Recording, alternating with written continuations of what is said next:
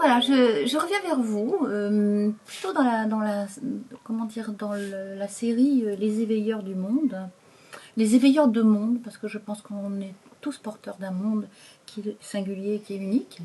Et j'avais envie d'aujourd'hui d'aborder un sujet qui me semble extrêmement important pour attirer votre attention dans cette direction. C'est le sujet de l'utilisation de notre pouvoir. D'abord, d'où vient notre pouvoir, et surtout,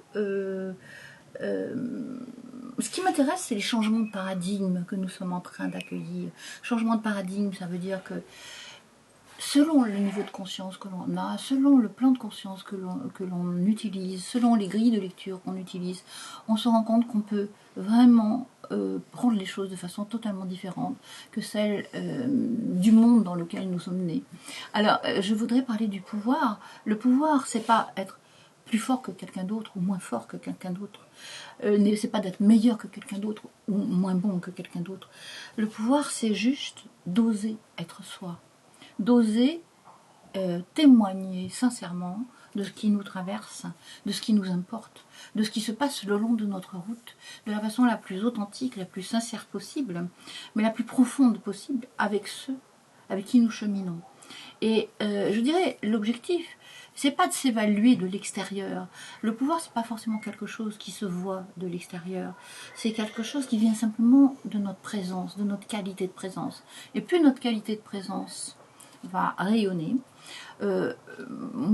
plus nous aurons résolu, je dirais, à l'intérieur de nous nos propres guerres intestines, c'est-à-dire nos propres conflits de pouvoir à l'intérieur de nous, et plus la façon dont nous allons utiliser notre pouvoir va être limpide et porteur, je dirais, d'ouverture, d'horizon, pour nous et pour les autres. C'est-à-dire que notre pouvoir, c'est pas nous contre les autres, c'est pas nous par rapport aux autres, c'est nous parmi les autres. C'est-à-dire que nous sommes invités dans l'ère dans lequel nous sommes en train de rentrer, à ce que chacun utilise de façon singulière son pouvoir pour participer au concert général. Et chacun va utiliser son pouvoir de façon unique, où personne d'autre ne l'utilise comme ça, car personne d'autre n'est passé à travers toutes les expériences qui nous ont permis de développer le filtre que nous sommes pour recevoir l'énergie de la vie, l'énergie divine qui nous traverse, de la manière dont nous pouvons le filtrer. Et c'est justement cette spécificité qui fait notre apport et qui fait aussi que nous ne pouvons plus, et nous n'avons plus à nous comparer les uns les autres. Nous avons juste à répondre présent et à ensemble mettre sur la table ce que nous pouvons apporter chacun de la meilleure des façons. Ça veut dire que les rapports dominés-dominants, les rapports abuseurs-abusés doivent être absolument résolus pour pouvoir utiliser ce pouvoir d'une façon totalement neuve, totalement saine et surtout totalement créative.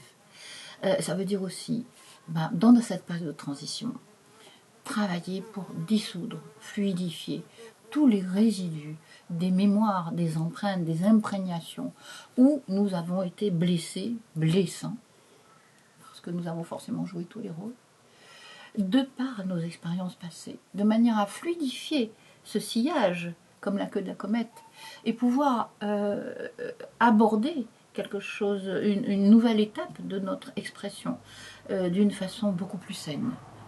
Voilà ce qui nous importe en ce moment. Et